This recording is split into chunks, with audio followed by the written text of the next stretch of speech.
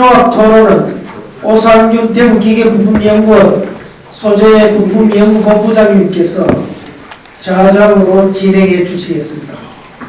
좌장을 맡아주실 오상균 박사님은 한밭대학교 기계공학과를 졸업하고 경북대학교 기계공학과에서 공학박사학위를 취득하였습니다.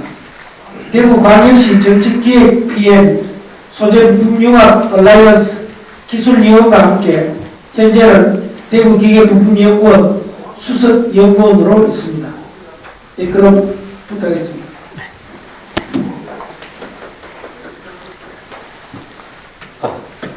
오늘 토론 좌장을 맡은 오상균입니다. 다시 한번 인사드리겠습니다. 네, 반갑습니다.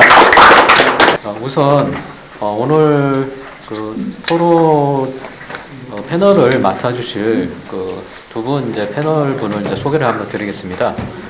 우선 제일 좌측부터 해서 정윤철 박사님 먼저 소개드리겠습니다. 일본 에이메 대학에서 생산공학과 박사 학위를 받으시고 동경대학교 종합연구기구 한국재료연구원에서 연구원으로 재직하시다가 대구기계부품연구원에 현재 재직하시고 계시고요. 영국 국제인명센터에 또 탑 100대 과학자로 선정된 바 있습니다. 네, 반갑습니다. 권영규 교수님에 대해서 소개드리겠습니다. 권영규 교수님은 일본 동경대학에서 나노계측 박사 학위를 받으시고 미국 니스트 연구원을 거쳐서 현재 금호공대에서 교무처장 그리고 기계시스템공학과 교수님으로 재직 중이십니다. 예, 반갑습니다. 오늘 두 분 발표자께서 발표를 들으시고 주제 발표를 하셨는데 우선 토론자로 참여하신 두 분의 3D 프린팅 관련해서 산업에 대한 어떤 그동안 이렇게 들으신 견해라든지 또 그동안 연구하셨던 내용이라든지 이런 거를 잠시 소개할 수 있게 두 분 토론자님께서 말씀하실 수 있도록 그렇게 먼저 시간을 갖겠습니다. 그럼 권영규 교수님부터 먼저 이렇게 토론해 주시면 되겠습니다. 예, 저 방금 소개받은 이 금호공과대학교의 권영규라고 합니다. 이거 제가 제일 연배가 아래일 것 같아서 약간 긴장도 되고 그렇습니다. 예, 잘 부탁드립니다. 방금 소개받았습니다만은 제가 대학에 온 거는 한 22년 전에 2000년에 금호공과대학교에 왔습니다. 그때부터 시작해서 나노공학이라는 타이틀을 가지고 연구를 쭉 했었습니다. 그렇게 오다가 결국 3D 프린터라는 것도 결국 이 노즐을 통해 가지고 미세 노즐을 통해 가지고 프린팅 작업을 하는 그런 개념입니다. 그렇게 비슷한 개념으로 갔었습니다. 그래서 2011년부터 저희들이 연구실에서 3D 프린터라는 3D 프린터를 제작해보자, 만들어보자라는 이런 모토 아래에서 연구실을 운영하게 되었습니다. 그래서 한 2015년쯤 되니까 조금 만들기가 쉬워졌습니다. 이 3D 프린터가 보편화되면서 스타르터시스라는 회사에서 본격적으로 제품이 나오고 그리고 제어 모듈인 오픈소스도 개방되고 이러니까 여기저기서 3D 프린터가 난립해지면서 그때부터 저희 연구실도 조금 더 쉽게 만들 수 있는 계기가 되었습니다. 제가 뭘 얘기해드리면 여러분들께 도움이 될지 잘 모르겠습니다만은 간단하게 앞으로 어떻게 3D 프린터가 3D 프린팅 기술이라든지 아니면 산업계가 어떻게 흘러갔으면 좋겠냐는 걸 한마디로 이렇게 한두 가지로 요약을 해보면 제 개인적 견해입니다. 생각하시는 분에 따라서 또 다를 수도 있고 한데 기존의 적청 방식으로 했던 이 3D 기술이 향후에는 새로운 개념으로 좀 흘러가야 되지 않겠는가 이렇게 생각을 하고 있습니다. FDM 방식이 대표적입니다만은 재료를 용융하는 형태에서 모든 게 이루어집니다. 그러다 보니까 고온이라든지 이런 극한 환경에 노출하게 되는 거죠. 그러한 것들을 극복한 새로운 기술들. 예를 들어서 현재 DNA 프린팅 기술이라든지 이런 것들은 뭐 그전 지금 우리가 생각하고 있는 3D 기본 프린팅 기술하고는 완전 다른 개념입니다.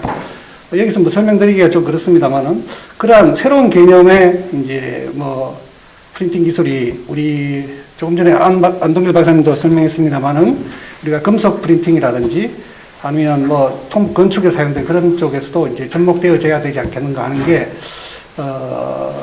또 지금 어느 연구자는 또 그렇게 지금 뭐 계속 논문을 쓰고 있을 수도 있겠죠. 그래서 그런 분야로 흘러가야 되지 않겠느냐라는 게 제 첫 번째 그 소견이고요. 그 다음에 또, 이제 이 3D 프린팅을 계속 이렇게 제작하면서 학생들과 이렇게 부딪히다 보니까, 만들기는 학생들, 우리 기계 시스템이나 기계공학 학생들 만드는 거, 3D 프린터도 만드는 건 굉장히 쉽게 만듭니다. 뭐 한 일주일만 하면, 우리 뭐 중국에서 나오는 제품들 못지않게 우리가 만들 수 있는 학생들이 그 학업 역량이 되어지고 있습니다. 그런데 문제는 이제, 제가 이제 이렇게 3D 프린터를 사용해보고 하니까 이게 굉장히 FDM 방식 같은 경우에는 특히 이게 이 필라멘트 같은 이 소모품들, 이 친환경에 굉장히 열악한 환경에 노출되는 그런 아주 안 좋은 제품들이 있습니다. 그거를 어떻게 재활용할 수 없는가. 이 재활용 기술이 조금 더 뒷받침되고 또 강화되어야 되지 않는가 하는 생각이, 제가 학생들을 가르치면서 또 연구를 계속 진행하면서 들었던 생각들 중에 하나라고 생각됩니다. 뭐 두서없이 제가 제 소견을 한 2가지 정도 말씀드렸는데 혹시 다른 질문이나 있으면 언제든지 말씀해 주십시오. 이상으로 좀 간단하게 마치도록 하겠습니다. 저는 감사합니다. 이어서 그 조인철 그 박사님의 또 견해도 들어보겠습니다. 네, 조인철입니다. 저는 제 전공이 컴퓨터입니다. 3D 프린팅에 있어가지고는 컴퓨터에 아까 조금 전에도 발표에 있었습니다만 앞으로 가야 될 방이 금속을 하려면 금속 3D 프린팅인데 그게 중요한 게 또 재료고 그 다음에 저희 연구원에 국내에서 유일하게 공부 기술 지원 센터라는 게 있습니다. 공부 앞에서 대우책에 소개에 있었습니다만 공부 만드는 과정이 전부 다 분말을 이용하고 있습니다. 또 금속 3D 프린팅에서도 금속 분말을 활용하고 해야 되기 때문에 그래서 앞에 컨셉션에서 발표가 있었습니다만 저희도 전문 과제에 참여를 하게 되어서 3D 프린팅에 관심을 가지고 참여를 하고 있습니다. 근데 앞에서 다 좋은 얘기들을 많이 하셨기 때문에 오늘 저는 두 분의 발표에 대해서 제가 궁금한 게 있어가지고 좀 여쭤보고자 합니다. 제가 여쭤보고자 하는 거는 앞에 계신 분들은 다 궁금해 하실 거로 생각하고 그 다음에 제가 궁금해 하는 거는 아마 대부분들 다 궁금해야 할 거라고 생각하고 있습니다. 그래서 일반인들이 궁금해 하는 거다라고 좀 생각을 되니까 답변을 좀 해주시면 좋겠습니다. 제가 3D 프린팅이라든지 아까 전에 3D 프린팅이 레피디 프로토타입 RP부터 시작해가지고 계속 관심을 가지고 있습니다만 상당히 오래됐지 않습니까? 오래됐고 정부의 주로 R&D 이런 게 나온 게 10몇 년 흘렀습니다. 근데 제가 생각하기에는 그렇게 많이 활성화되지는 않은 것 같습니다. 그래서 그걸 활성화하기 위해서는 어떻게 해야 될까? 우리가 이야기 듣기로는 3D 프린팅이 앞으로 4세대 제조 기술로 갈 거다 그런 이야기를 합니다. 재료 자유도가 높으니 일반 공작 기계로는 할 수 없는 그러한 여러 가지 부품을 만들 수 있다고 얘기를 하고 있고 또한 사례들도 많이 보여주셨는데 그에 비해 가지고는 상당히 좀 더딘 것 같은 그런 느낌이 듭니다. 앞으로 해야 될 이야기도 많이 해주셨습니다만 이게 지금보다 더 활성화하기 위해서는 제가 생각할 때는 재료 문제가 가장 중요하다고 생각합니다. 지금 현재 3D 프린팅 하면은 대부분 장비나 관심이 있는 것 같습니다. 장비를 또 제가 보기에는 활성화되지 않는 이유 중에 하나가 장비를 제조를 했으면은 3D 프린팅이라는 장비를 활용해서 실제로 응용할 수 있는 우리가 일종의 레시피라고 하지 않습니까? 공작 기계를 사게 되면은 동작 기계에 대한 뭐 재료에 대한 어떻게 절삭 조건이라든지 이런 정보들이 많이 주어지는데 거기 전혀 주어지지 않다 보니까 이 사람들이 장비를 사도 어떻게 활용해야 될지 이런 걸 상당히 모르는 것 같습니다. 데이터베이스가 없는 그런 부분이 있는 것 같고 또한 이게 그 3D 프린팅을 도입하더라도 앞으로 그 부가가치가 있는 거는 제가 볼 때는 금속 분말이라든지 이런 것 같은데 우리나라에는 아직까지 금속 분말을 개발하겠다라고 했는데 아직까지 잘 안 된 것 같습니다. 근데 제가 생각할 때 금속 분말 같은 거를 할래 그러면 지금 위에 대구택이 와 있습니다만 대구택 같은 이런 그 금속 분말 기술이 높은 기업들하고 같이 연계가 돼야 되는데 이게 연계가 안 되고 있습니다. 예를 들어 가지고 이 금속 분말 같은 경우는 보관을 잘못하게 되면은 이 그 습도가 높은데 보관을 하게 되면은 이게 뭉쳐가지고 유동도가 상당히 낮아지면 아까 전에 정 대표님 발표 자료도 있었습니다만 이 불량 나는 원인들이 분말에 기인하기 때문에 이러한 관리라든지 습도 관리라든지 그다음에 이게 이 산소하고 접촉하다 보면 이게 이 나노 분말이다 보니까 이게 발화가 원인이 되거든요. 발화되기도 하고 이게 또 아까 전에 뭐 정수환 대표님께서 말씀하셨습니다만 제가 볼 때는 이게 그 첨가제에 의한 산업안전보건법상의 문제가 되겠습니다만 그것뿐만 아니라 특히 금속 분말 같은 경우도 이게 흡입을 하게 되면 발암을 한다든지 이런 문제들을 종합적으로 뭔가 그 대책을 세워야 되지 않겠나. 현실적인 한계인 것 같습니다. 그리고 최근 3년 동안 해외 금속 3D 프린터가 200여 대가 들어왔는 걸로 알고 있습니다. 반도체 회사들이 한 100여 개, 그리고 자동차 회사들이 100여 개를 사서 지금 아주 많은 금속 3D 프린터가 보급이 됐는데 지금 산업적으로 좀 잘 안 되는 이유 중에 하나가 예를 들어 두산중공업을 예로 드는데 두산중공업이 10개의 금속 3D 프린터를 사셔서 굉장히 많은 부품을 만드셨는데 실증을 못하고 있다고 합니다. 그래서 형상을 만들었는 것까지는 했는데 대기업도 예를 들어 뭐 로켓이라든지 발사체라든지 뭐 항공에 어떤 실증을 못하고 있어서 뭐 해외 같은 경우는 3D 프린터로 로켓을 만들어서 날렸다라고도 많이 나오고 하는데 저희는 아직 대기업들도 실제로 어떤 실증을 잘 못하고 있는 것 같아서 어떤 확산이 좀 잘 안 되고 있는 것 같습니다. 그래서 그거는 정부적 차원으로 R&D 자금을 많이 주셔서 중소기업들 중심으로 기술 개발을 많이 했던 것 같은데 대기업들도 이제 적극적으로 참여하고 계시고 다만 이제 대기업들이 할 수 없는 선에서의 어떤 실증 사업들이 좀 같이 이루어지는 게 산업이 우리나라의 산업이 더 육성하는 데 좋은 방안이 되지 않을까 이렇게 생각하고 있습니다. 네, 방금 전에 정국상 대표님께서 대기업에서도 실증이 이제 어렵다고 말씀하셨고 산업 활성화 방안에 대해서 뭐 간략하게 이제 말씀을 한번 주셨고요. 또 한 가지 또 이렇게 정일철 박사님이 말씀하신 게 3D 프린팅 이 부분이 이제 소재하고 굉장히 좀 밀접한 이런 부분이 있는 것 같습니다. 실제 어떤 금속 분말이라든가 이런 걸 통해서 아주 고강도, 뭐 고경도 소재 또는 이제 그런 부품에 적용하는 쪽으로 상당히 좀 이런 어떤 수요라든가 앞으로 어떤 기술의 어떤 진보라든가 이런 부분이 있는 것 같은데 실제 절삭 공구 쪽에 일단 이제 이렇게 적용을 하셨는데 대구택에 이제 안동길 박사님께서 이제 적용을 좀 현재 이렇게 드릴링하고 이제 밀링 그쪽으로 이제 적용을 하셨지만 앞으로 어떤 소재가 개발이 되면은 또 이제 어떤 형태로 또 절삭 공구 외에 고강도 어떤 부품에 어떤 식으로 적용이 가능한지 그런 부분에 대해서 한번 질문 한번 드려보도록 하겠습니다. 예, 대구택 안동길입니다.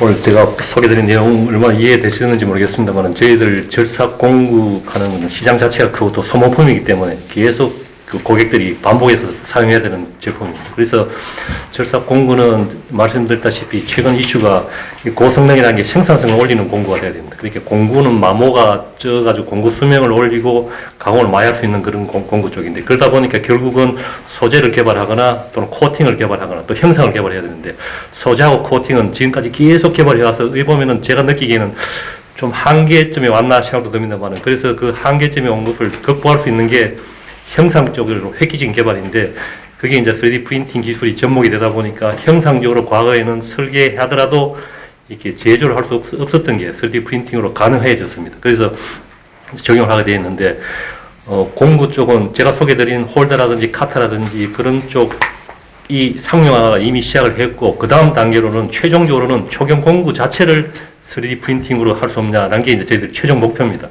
이거는 글로벌 기업들이 다 연구를 하고 있지만은, 이 3D 프린팅 자체가 레이저를 쏴서 순간적으로 용융을 해서 이제 적층을 하는 것이기 때문에 가장 큰 문제가, 지금 응용되고 있는 이런 소재들은 대부분 탄소 함량이 좀 낮은 쪽입니다. 탄소 함량이 저희 공구함 쪽은 0.5% 정도인데, 이 초경 공구는 탄소 함량이 6.2%입니다.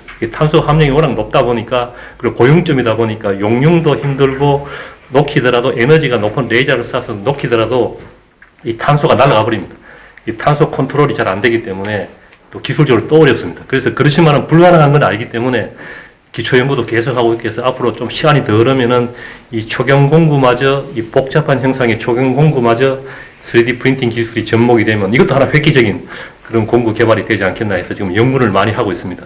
하고 있고, 또 기본적으로는 이 3D 프린팅 이 제조업이 특히 공구 쪽도 마찬가지지만 활발하게 되려 그러면은, 장비는 뭐 성능이 우수한 장비 돈 주고 사오면 되지만 이 소재는 계속 사용돼야 되는데, 이 소재는 이 분말 자체는 지금 국산화가 많이 안 되어 있습니다. 그리고 공구 쪽도 대부분 수입 분말. 수입 분말이라는 하는 것은, 국산화하는 것은 국산화로 개발은 할 수 있지만 또 단가가 안 맞으면 또 사용할 수 없는 거기 때문에 양산화해서 가격 경쟁력이 있는 그런 구상화 분말을 국산화가 자꾸 돼야 되는데, 이게 제가 볼 때는 아직까지 조금 미흡합니다. 그래서 지금 국내에도 분말 만드는 업체들이 많이 있습니다만, 그 업체들이 최근에 자체 연구도 많이 하고 양산화 연구도 많이 하기 때문에 시간이 조금 더 지나면은 이 금속 3D 프린터가 좀 더 좀 상용화되고 좀 발전을 많이 하지 않겠나 싶습니다. 전체적으로 보면은 어떤 3D 프린팅이라는 기술이 과거에 플라스틱부터 시작해서 금속 쪽으로 진입을 하게 됨으로 인해 가지고 시장 자체가 워낙 크기 때문에 이게 시장이 좀 폭발적으로 그렇게 발전하지 않았나, 제 생각은 그렇게 생각하고 있습니다. 네, 감사합니다. 조금 전에 이제 설명 주셨듯이 이제 3D 프린팅이 이제 제조업에 상당히 좀 이렇게 폭넓게 적용이 되고, 또 금속 그 3D 프린팅이 새롭게 도입이 되면서 그 분야가 이제 확장이 되는 것 같습니다. 그래서 제가 아까 이제 발표하신 이제 정구상 대표님 발표 내용 중에서 금속 바인더 젯 기술을 이용한 어떤 그런 R&D 또는 이제 새로운 어떤 제품 개발, 이런 부분들이 실제 해외 기업에서는 이제 미국의 3D 시스템과 같은 아주 글로벌한 회사에서 어떤 기술을 선도하고 있는데, 이런 쪽에 관련해서 국내에서도 이런 기술을 얼마나 확보를 하고 있고, 또 국내의 어떤 그 수준이 얼마나 되는지 그 부분에 대해서는 한 번 더 이렇게 여쭤보겠습니다. 컨셉션 정구상입니다. 바인더젯 기술은 제 핵심 기술이 레이저 3D 프린터와 마찬가지로 해외에 종속되어 있는 기술입니다. 레이저 같은 경우는 레이저 소스를 미국이나 독일, 러시아로부터 사와야 되는 거고, 잉크젯 헤드도 이제 삼성전자가 했으나 우리 그 삼성전자는 잉크젯 헤드를 만들지 않고 HP 그리고 다른 이제 영국과 일본 회사, 미국 회사를 중심으로 잉크젯 헤드를 하기 때문에 그 정교한 잉크젯 헤드를 컨트롤하는 그 핵심 기술이 좀 해외에 종속돼 있어서 다만 이제 우리가 더 잘 할 수 있는 부분은, 한국은 장비와 시스템을 잘 하기 때문에 그러한 핵심 기술을 가지고 와서 장비를 만드는 거는 충분히 잘할 수 있다고 저는 생각을 하고 있습니다. 그리고 국내에서는 아까 전에 제가 잠깐 말씀드렸는데, 저는 이제 처음에는 헤드를 구매하는 방법도 몰라서 HP의 복합기의 헤드를 뜯어서 그 헤드를 장착해서 3D 프린터를 만들고 했는데 지금 국내에서는 주물사 바인더 젯을 중심으로 주물사의 열 경화성 본드를 뿌려서 하는 그런 기술들은 있는 것 같습니다. 이제 금속 바인더 젯을 하는데 금속 바인더 젯에 집중을 하는 이유는 금속 분말을 프레스하는 산업, 그리고 금속 분말을 인젝션하는 금속 분말 사출 성형 산업 등의 한계가 있는 것 같습니다. 금속 분말을 프레스하는 경우는 이제 중국 시장의 가격 그리고 기술 경쟁력이 많이 이제 저희 한국이 뒤처져 있는 것 같고, 그리고 금속 분말을 사출 성형하는 쪽에서는 이제 금형에 너무 많은 비용과 어떤 실패 그 시뮬레이션 비용이 많이 들어가기 때문에 금속 분말을 본드로 붙이는 바인더로 붙이는 그런 기술은 금형을 제작하지 않고 하기 때문에 많은 사람들이 관심을 지금 가져주고 있는 것 같습니다. 그래서 소결 기반의 그런 어떤 바인더 젯을 하려고 하고 있고, 저희도 그 고탄소강 중심의 금속 프린팅을 하는데 탄소강 소재들이 열 변형이 심해서 장비 안에서 냉각과 그다음에 그 열을 올리고 낮추는 과정이 너무 어렵기 때문에 그런 열 변형을 최소화할 수 있는 그 소결 기능을 적층하는 공간에서 분리해서 어떤 별도로 열 처리를 하려고 그런 기술을 적용하면 더 좋은 기술이 되고 많은 산업에 확장될 수 있을 것 같아서 지금 3D 프린터 회사 대부분의 3D 프린터 회사들이 다음 주제로 금속 바인더 젯 기술에 주목하고 있는 것 같습니다.